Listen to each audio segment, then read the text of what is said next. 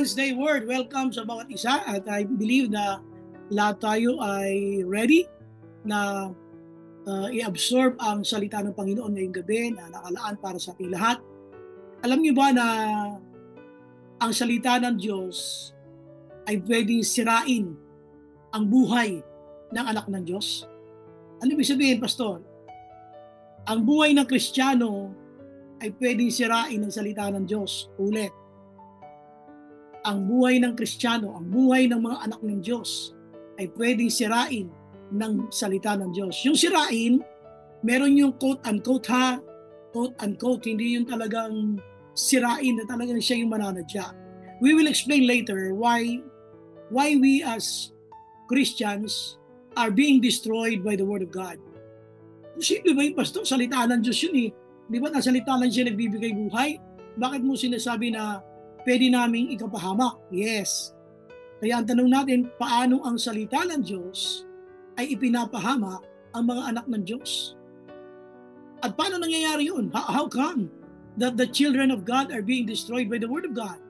At yung word na destroyed, naka-quote-unquote, paliliwalag natin yan mamaya. So magandang gabi sa inyo lahat. Kung babalikan natin na yun ang ating bansang Pilipinas, everybody is experiencing chaos. Sa ICC, marami mga nagrarally doon. Ang sabi nila, kailangan daw maibalik ang Pangulong Duterte, bring him home.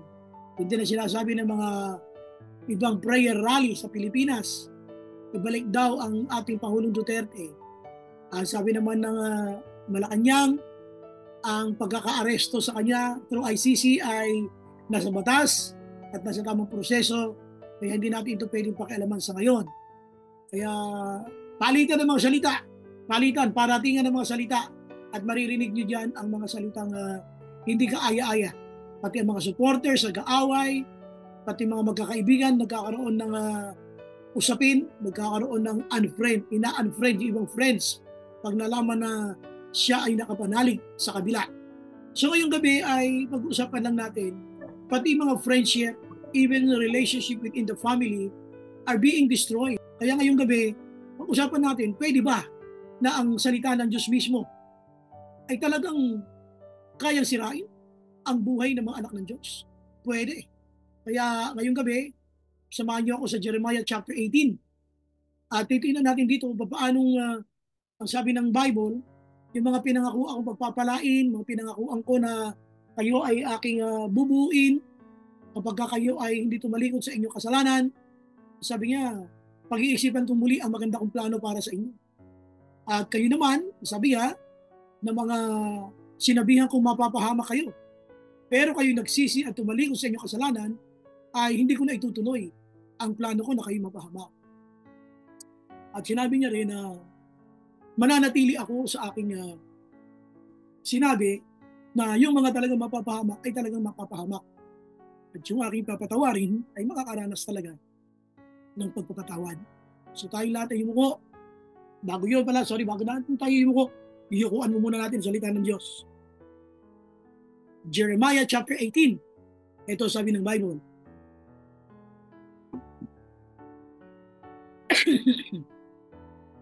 Jeremiah chapter 18, ito ang sabi ng Bible, umpisa natin sa verse 1. This is the word, salita ng Diyos. This is the word that came to Jeremiah from the Lord. Go down to the potter's house and there I will give you my message. Pumunta ka doon sa bahay na magpapalayo at doon ipapahayag ko ang aking mensahe. So I went down to the potter's house and I saw him working at the wheel. But the pot he was shaping from the clay was marred in his hands. So the potter formed it into another pot, shaping it as seemed best to him. So sabi niya, yung kanyang ginagawa, yung kanyang binubuo na palayok ay hindi maganda ang pagkakagawa, kaya ginawa niya, muli na naman niya itong hindi binasag, yung para bang nilamukot uli, binasa uli, at ginawa ito muli, hinugisan ito ayon kung ano ang best para sa kanya. Sabi ng verse 5, then the word of the Lord came to me. Ito yung sabi ng Panginoon kay Jeremias. He said, can I not do with you, Israel, as this potter does? Hindi ko ba kayang gawin sa inyo, Israel, ang ginagawa ng magpapalayap na ito sa luwad? Katulad ng luwad, kayo ay nasa aking mga kamay. Katulad ng luwad na nasa kamay ng magpapalayo. kayo ay nasa aking mga kamay, Israel. Kung sa isang pagkakataon ay sinabi ko na ang isang bansa o kaharian ay bubunutin, wawasakin, sisirain, at sa pagkakataong yan ay sila'y nakinig, pinagsisihan na kanyang masamang gawa, sabi niya, hindi ko na ipagpapatuloy ang kapahamakan na aking plinano para sa kanila. And if another time I announce that a nation or kingdom is to be built up and planted, kapag ang isang bansa naman, kaharian ay aking pinangakuan, na siya ay aking pagpapalain, subalit, sabi niya, ito ay gumawa ng mali, sa verse 10, and if it does evil in my sight, and does not obey me, then I will reconsider the good I had intended to do for it. Kayo na mga tumanggap ng mga pangako ko ng pagpapala, kayo ay hindi sumunod sa akin, pag-iisipan ko muli ang magandang plano ko para sa inyo. So pwede tayo dumanas ng kapahamakan na kanyang ipararanas. Now therefore, say to the people of Judah and those living in Jerusalem, this is what the Lord says, look, tingnan niyo to ha, I'm preparing a disaster for you and devising a plan against you. So turn from your evil ways, each one of you, and reform your ways and your actions. Pakinig, sabi niya, at kayo ay magbago, kayo magsisi, sapagkat kapag hindi ito ginawa, gusto ko ipaalam sa iyo na ako'y nagpaplano ng disaster, ng kapahamakan para sa iyo. Kaya tumalikod ka na sa iyong maling gawa, bawat isa inyo, at baguhin nyo na ang inyong mga kinikilos at inyong mga paggawa. At sabi dito, but they will reply, ano kanilang i-reply kay Lord? It's no use. We will continue with our own plans. We will all follow the stubbornness of our evil designs. Ito yun.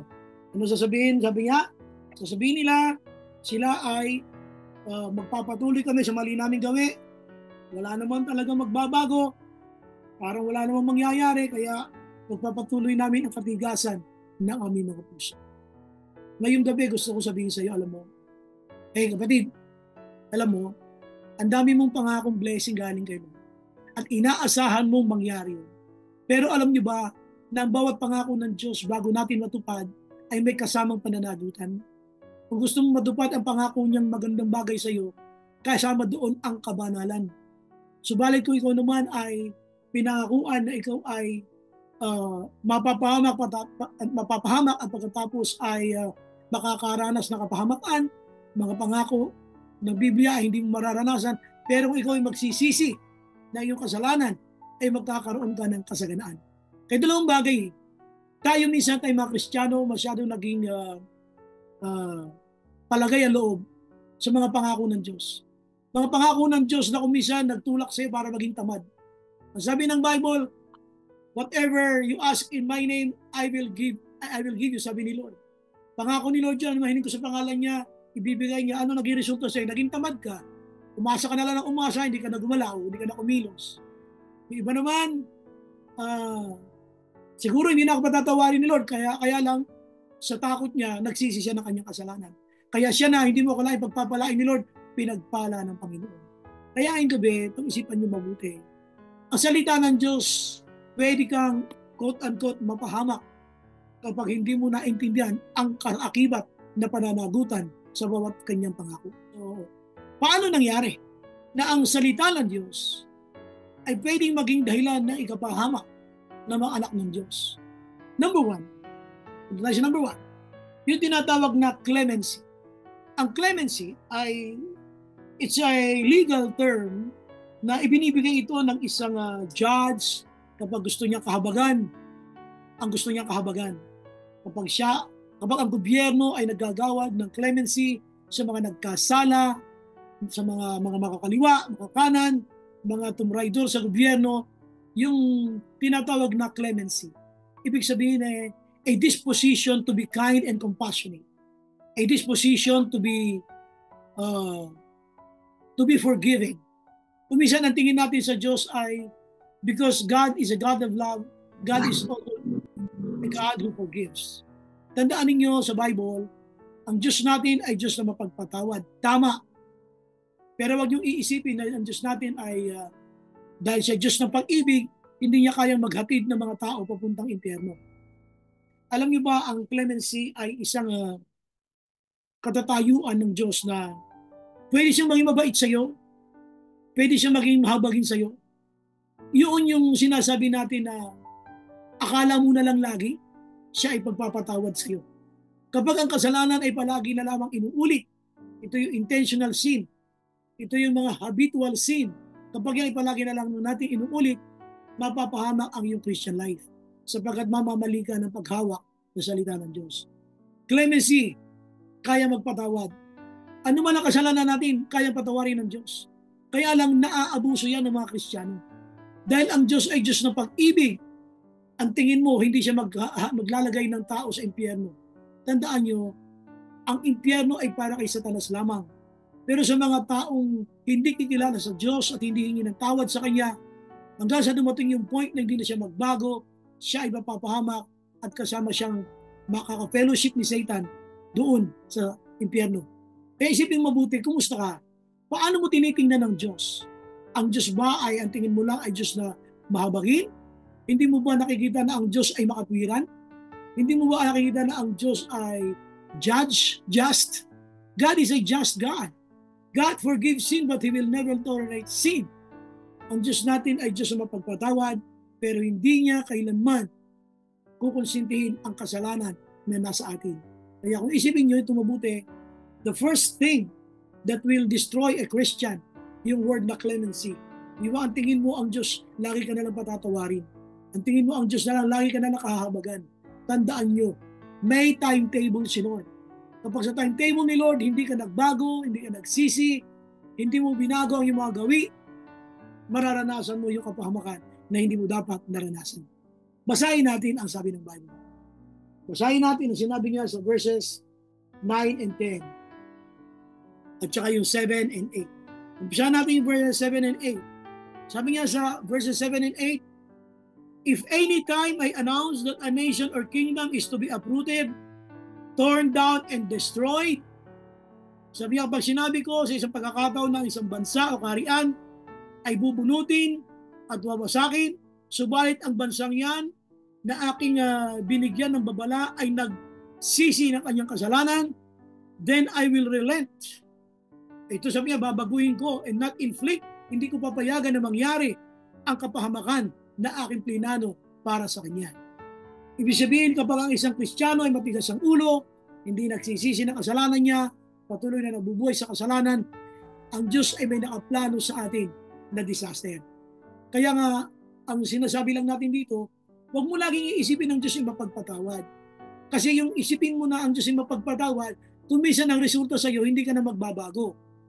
At dahil hindi ka na nagbabago, nagpapatuloy ka sa maling paniniwala dahil ang Diyos ay Diyos ng pag-ibig, hindi siya maghahatid ng sino mang tao sa impyerno. Tandaan ninyo, God is a just God. Alam ng Diyos pag hindi tayo nagsisisi, alam ng Diyos pag tayo nananadya, alam ng Diyos pag hindi tayo nabubuhay ayon sa kanyang aral. Kaya hinalimbawa niya isang bansa. Ang isang bansa, pinangakuhan ko na papapahamak. Subalit nagsisi.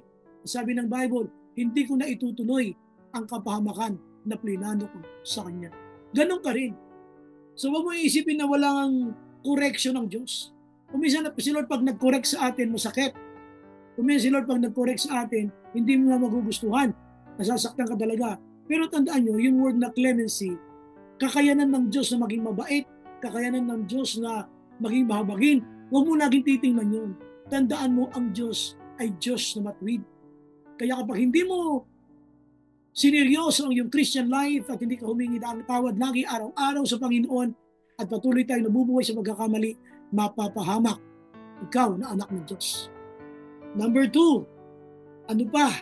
Sabi ng verses 9 and 10, yung isang bansa naman na sinabihan kong pagpapalain ko, and if at another time I announce that a nation or kingdom is to be built up and planted, na ay aking i-build up, pasasaganain ko, at aking itatanim, at kapag ito naman ay gumawa ng masama, sabi niya sa aking harapan, and does not obey me, then I will reconsider the good I had intended to do for it. Ang sinasabi niya lang, kapag ang isang bansa, parang Kristiyano, pinangakuan ko ng isang magandang bagay, pagpapalain kita, pero nabuhay sa kasalanan, hindi nakinig sa aking mga paalalan, ilang preaching na narinig, ayaw pa rin magbago. Sabi niya, I will reconsider. Yung plano kong maganda sa Kanya, hindi ko natutugutan. Hindi ko na ipagpapatuloy at hindi na magaganap. Ang number two, ang isang dahilan bakit ang Kristiyano napapahamak, hindi lang yung clemency, kundi yung complacency. Ang complacency, yung pagiging kampante, yung pagiging palagay ang loob, Kristiyano na ako, lalo na pag worker ka. Ang tingin mo, ang Diyos ay may utang sa iyo dahil nagpapagamit ka sa gawain ng Diyos. Sino ka ba? Sino ba ako bilang pastor? Sino ba tayo? Lahat tayo ay kinahabagan lamang ng Diyos. Kaya tayo ay nakapaglilingkod sa Kanya. Walang sino man na pwede ipagmalaki sa Panginoon dahil siya ay naglilingkod sa Diyos. Alam nating lahat na kahit hindi tayo maglingkod sa Diyos, kaya niya gumamit ng mga bato para sumigaw at magpuri sa Kanya. Balikan natin ang ating mga edad. Sino rito ang may pinakamatandang edad? Alam niyo naman, pag sinag-usapan natin ng edad, wala kang ibang pupunta kundi mga deacons lang. Sila yung mga naunang nabuhay. Pero alam niyo ba, balikan niyo ang Genesis chapter 1 verse 1. The Bible says, in the beginning, God created the heavens and the earth. When did God create the heavens and the earth? In the beginning. And when was that? Hindi ka ba pinapanganak? Many years ago. Wala ka pa sa mundong ito. Ang sabi ng Bible, wala ka pa sa mundong ito. In the beginning, God created the heavens and the earth. Ibig sabihin, nung panahong wala ka pa, ang Diyos kayang kumilos, kayang gumawa. Kaya kahit wala tayo, kayang kumilos at gumawa ng Diyos. Kaya wag tayong nagmamalaki. Na kung wala ako, wala kayo dyan. Na kung wala ako, hindi kayo dadami. Kung wala kayo, kung wala ako, hindi tayo makakapag-participate sa anumang mga gawain. Tindang nyo in the beginning, God created the heavens and earth. May ginawa siya ng pasimula pa, wala pa tayong lahat. Kahit wala ka. Kahit wala ka sa church, ang Diyos kayang kumilos sa loob ng church. Kahit wala tayo sa church, ang Diyos kayang kumilos sa loob ng church. Kaya ko ito sinasabi upang maiwasan natin ang pagyayabang, ang pagbabalaki, ang pagmamataas. Kuminsan masyado tayong complacent dahil ginagamit tayo ni Lord. Kuminsan ang tingin mo lahat ng ginagawa mo ay tama. Dito ang sabi rito ng Bible, pag binasa ninyo, kung kayo'y pinangakuan ko na kayo ay aking bubuuin at kayo ay magiging masagana, subalit hindi kayo sumunod sa akin, kayo ay sumuway. Muli kong pag-iisipan ang magandang plano para sa iyo. Kailan nangyayari yun? When the Christian is complacent. Yung complacency, kampante. Ginagamit naman ako ni Lord. Worker naman ako ni Lord. Mga manggagawa kami ni Lord. Kaya ang tingin mo, kahit ano gawin mo, uubra kay Lord. Yun ang magpapahamak sa iyo. Yung pagiging kampante. Yung pagiging complacent. So mga kapatid, bantayan natin ang kanya-kanya nating Christian life. Kailan mo naramdaman maging complacent? Yung tipong, alam maging complacent ganito yan. Halimbawa, ikaw ay manunugtog sa worship team. Dahil matagal mo nang tinutugtog ang isang kanta, wala ka nang pakialam sa practice. At minsan wala ka nang practice dahil kabisado mo na. Yan ang complacent. Kapag ikaw naman halimbawa ay nasabihan o ikaw mag-exhort sa devotion, dahil matagal ka na nagsasalita at nag-exhort, hindi ka na nag-prepare. Titira ka na lang ng kung kailan nagsasalita ka na, kung kailan umpisa na devotion, tsaka ka na lang sisilip sa Bible. That is complacency. Yun ay matinding kayabangan sa harapan ng Diyos. At hindi doon natutuwa si Lord. Kung ikaw ay nagmo-musical number, umaawit ka, nung unang-unang ikaw ay aawit, todo-todo panalangin mo. Pero nung lagi ka nang umaawit o lagi ka na nagpapaawit, ang prayer mo nabawasan na. Humanga ka na ng todo sa sarili mo. At ang tingin mo, napakagaling mo na, wala nang practice, at kumisan, wala na rin prayer. So, ang tawag doon, complacency. Ganon din sa preaching. Alam mo, gagamitin ka ni Lord, hindi ka nag-prepare. Hindi ka nag-prepare ng mahabang panahon. Kung kailan, isang oras na lang, isang araw na lang, tsaka magkakraming. Yun ay kayabangan sa harapan ng Diyos. Ang tawag doon, complacency. So, hindi nito binibigyan ng magandang bunga ang buhay Kristiyano natin. Sapagkat pwede tayong mapahamak doon. Ngayon, kumisan ganun din ang tingin natin, Lord. Masyado tayong kampante kay Lord. Si Lord naman, dami ko answer prayer kay Lord, mahal ako ni Lord. Ganon. Kumusta ba ang Christian life mo? Basta ako, gagawin ko kung ano yung sa tingin kong tama, pero kung minsan salungat na sa Biblia. At ang pinanggagalingan mo na lang ng kumpiyansa sa paglilingkod ay yung marami kang answered prayer noon, si Lord mabait, si Lord pinapatawad naman ako, pero yung katotohanan ng buhay Kristiyano mo, kumusta ka ba talaga? So dito, mapapansin mo complacent ka na, wala na masyadong prayer, wala na masyadong pananalangin, hindi ka na nagbabasa ng Bible, wala na talaga lahat. At ngayon, sabihin mo ngayon, ikaw ay Kristiyanong sumusunod sa Panginoon. Alam niyo ba, ang hindi pananalangin ay pagpapakita ng pagiging independent? Ang hindi pananalangin ay pagpapakita sa Diyos na mas marunong ka sa Diyos. Ang hindi pananalangin ay pagsasabi na, Lord, I know better, and I don't need your opinion, I don't need your direction. Why would I pray for you? Ang hindi pananalangin ay pagsasabi na, mas marunong ako sa iyo, Lord. Kaya nga, complacent tayo eh. Humanga tayo ng todo sa sarili natin. Iwasan po natin mga kapatid. Iyan ang pinakamatinding pagsisisihan natin, yung complacency. Tandaan nyo, sabi ng Bible, ang lahat ng bagay ay pagkatiwala natin sa Kanya. In everything, sabi niya, you have to consult the Lord in everything. Acknowledge Him in all your ways. Acknowledge Him in all your ways. Wala, anong all your ways, all your ways? Bahala ako sa diskarte ko. Kasi nga complacent na tayo. Minsan ka na kasing nakaranas ng bunga ng kahabagan ng Diyos sa pagiging complacent mo. Nahirati ka, nasanay ka. Kaya tuloy, iba mong ginagawa, wala ng bunga. Kasi nga, sa pagiging complacent natin, pagiging kampante. Tandaan nyo, God will not teach us to plan if He doesn't care about success. Ulitin ko ha, God will not care about our plans if He doesn't care about success. Ang tagumpay, oo na kay Lord. Pero hindi naman ito nagbibigay ng lisensya na huwag kang magplano, huwag kang maghanda. Ang lahat ay dapat pinagpaplanuhan at pinaghahanda. Okay? Usapan natin how the Word of God destroys the child of God. Number one, yung clemency. Clemency, ang tingin mo si Lord, mabait. Hindi magbabago yan, mabait yan. At dahil siya mabait, patatawarin ako niyan. Oops, tandaan mo, may time of correction, may time of judgment. Hindi porque God is a God of love, isasabihin mo, He is not a God of justice. He is a God who judges. Siya ay humahatol. At number two, sinasabi ko kanina na hindi lang clemency, yung complacency. Tayo ay complacent. Huwag tayo maging palagay ang loob. Huwag kang masyadong kampante. Ha? Masyado kang palagay. Prepare when there is a need to pray. Prepare. Mag-pray pa rin tayo araw-araw. Konsultahin mo kay Lord, tama pa ba ito pinaggagawa ko? Lord, sorry po kung hindi ako nagpe-pray sa'yo.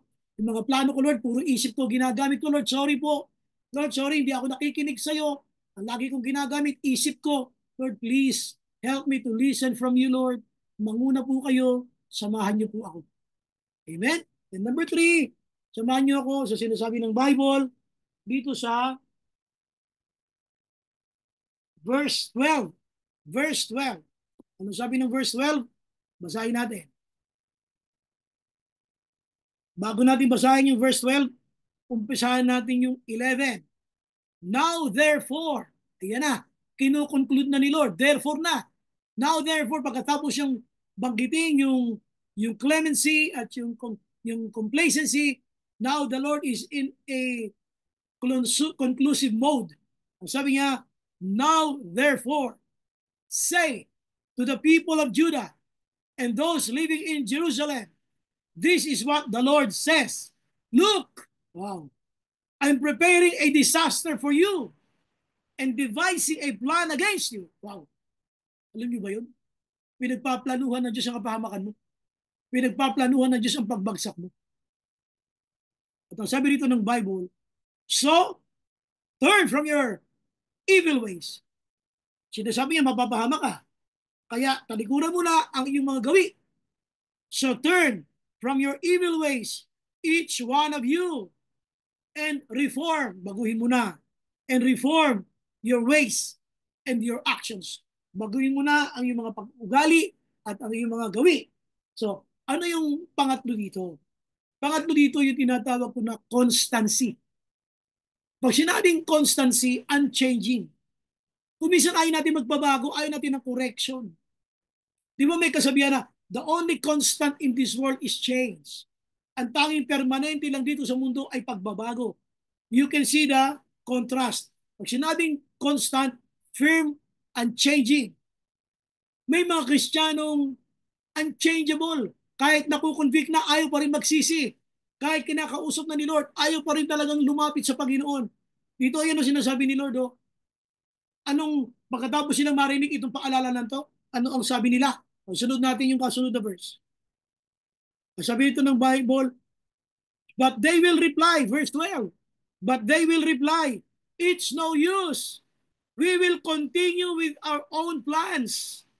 We will all follow the stubbornness of our evil hearts. Could you imagine that? Ay magbabago. Unchangeable. Hindi makuha sa salita ng Diyos. Kahit ang banal na Espiritu nangungusap na, hindi man lang matunaw ang kanyang puso.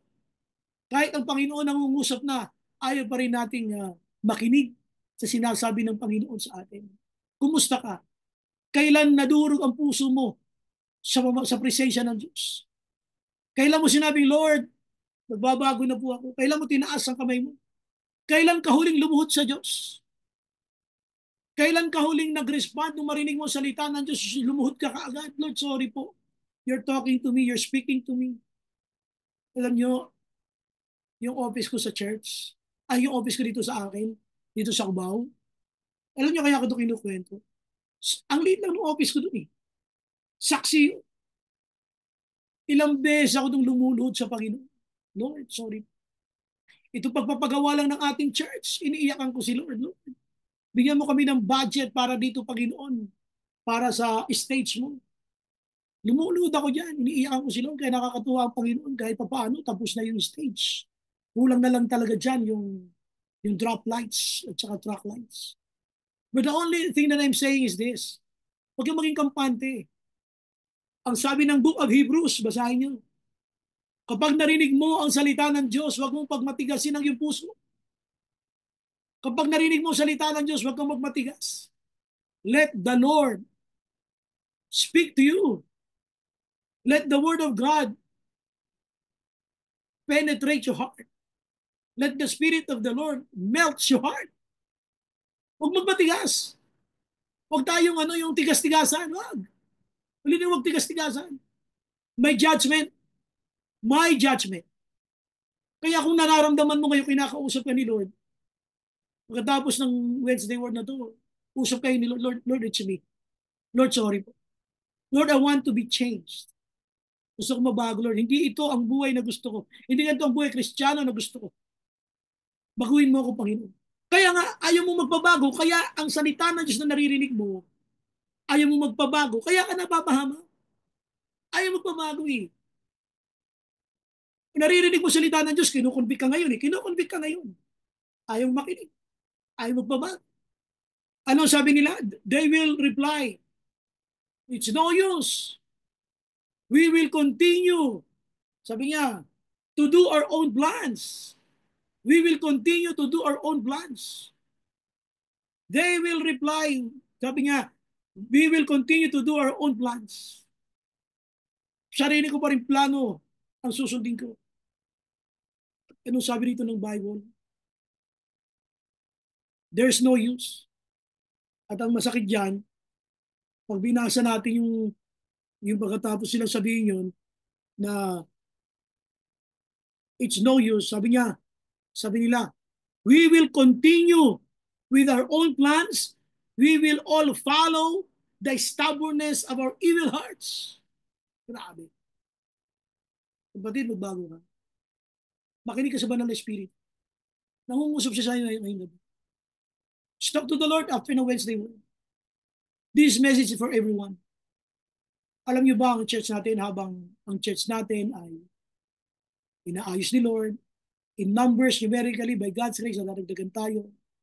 At the same time, inaayos niya ang ating church.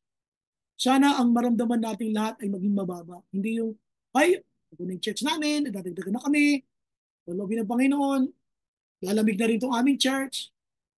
Sana hindi maging mataas ang pakiramdam natin. We must be humble. Lalo tayo maging mababa. Lord, salamat po sa biyaya mo. Inaayos mo yung church. O kaya ikaw naman, kung marami kang mga prayer request, be humble. Pag may mga correction sa Lord sa'yo, huwag tigas-tigasan. Huwag mayabang. Pag kinausap ni Lord, huwag ma-pride. Talk to the Lord. Kausapin natin siya. So, yun ang sinasabi ko na, kaya ang Kristiyano napapahamak because yung huling-huli, constancy. Masyado kang firm. Masyado kang matatag sa maling tayo. Ulitin ko ha, masyado kang matatag sa maling tayo. Tayuan mo ang salita ng Diyos. Tayuan mo ang banal na Espiritu. Yung constancy. Yung you refuse to be corrected. You refuse to be rebuked. Kasi ang tingin mo, magaling ka. Tingin mo, matalino ka, napakarunong mo, then marami pupupuri sa'yo. Lahat tayo prone to commit mistakes. Lahat tayo prone sa pagiging mataas ang pride. Kaya nga, we all need to be humble in the sight of the Lord at manatili tayo na teachable upang lalo pa tayong lumago para sa kanyang gawa. Amen? So ano ang conclusion ng mensahe ito? Tandaan nyo, committing sin and living in sin are two different things. Ulitin ko ha, committing sin and living in sin are two different things. When you commit sin, when you ask for God's forgiveness, the Lord will forgive you. But if you are living in sin, that is intentionally sinning, judgment is waiting for you. So if you're hearing me, talk to the Lord mamaya. Sabi mo si Lord bago ko matulog. Lord, I don't want to live in sin. I know there will be a judgment. I want a life that is pleasing to you. Amen? So manalangin muna tayo. I feel like praying. Let us thank you. I know that your Holy Spirit, Lord, is with us. Alam ko, Panginoon, umuso pa sa amin. Lahat kami, Panginoon, ay kinakausap mo ngayon. Lord, tulungan mo kami wag magtigas-tigasan every time na kinukonvict kami ng banal na Espiritu. Lord, help us not to reason out every time we commit sin. Help us, Lord, to be humble at wag namin laging ikukumpara ang mga nagagawang paglilingkod sa iyo. Gawin mo kami mababa sa iyong harapan. Lord, help us to be changeable and allow ourselves, Lord, to be corrected, Panginoon. Salamat sa iyong banal na Espiritu na nangungusap. Thank you. Thank you for tonight. Change us, Lord. Hayaan mo ang buhay namin ay maging buhay na kaaya-aya sa iyong harapan. Huwag mo kami hayaan magpatuloy sa kasalanan. Because there will be a judgment day that nobody knows, but it will surely come. Ayaw namin, Lord, dumating yung araw na dumating ang judgment day na hindi pa kami nagsisisi ng aming mga pagkakasala sa iyo. Salamat, Panginoon. Make us holy, Lord God. Gawin mo kami banal sa iyong harapan. Make us acceptable in your sight. At lahat ng aming ginagawa, help us always to be sure na you will always get the credit, Panginoon. Na ang kredito sa iyo, hindi sa pangalan namin, hindi sa atensyon namin, Panginoon. Sa iyo lamang, Panginoong Jesus, na namatay sa krus ng Kalbaryo at nag-alay na kanyang buhay para sa kanya. Lord, salamat sa pagmamahal mo. Lord, salamat sa pag-iingat mo. Patuloy mo pagpalain ang iyong mga anak, ang iyong mga leaders, ang iyong mga workers, lahat ng iyong ministry heads sa JCIWC. God, thank you so much for loving us unconditionally. May we will be able to do it in return, to serve you with all our best, with only one objective, and that is to glorify your holy name. Salamat po, Ama. This is all we pray. In Jesus' name, amen. Amen.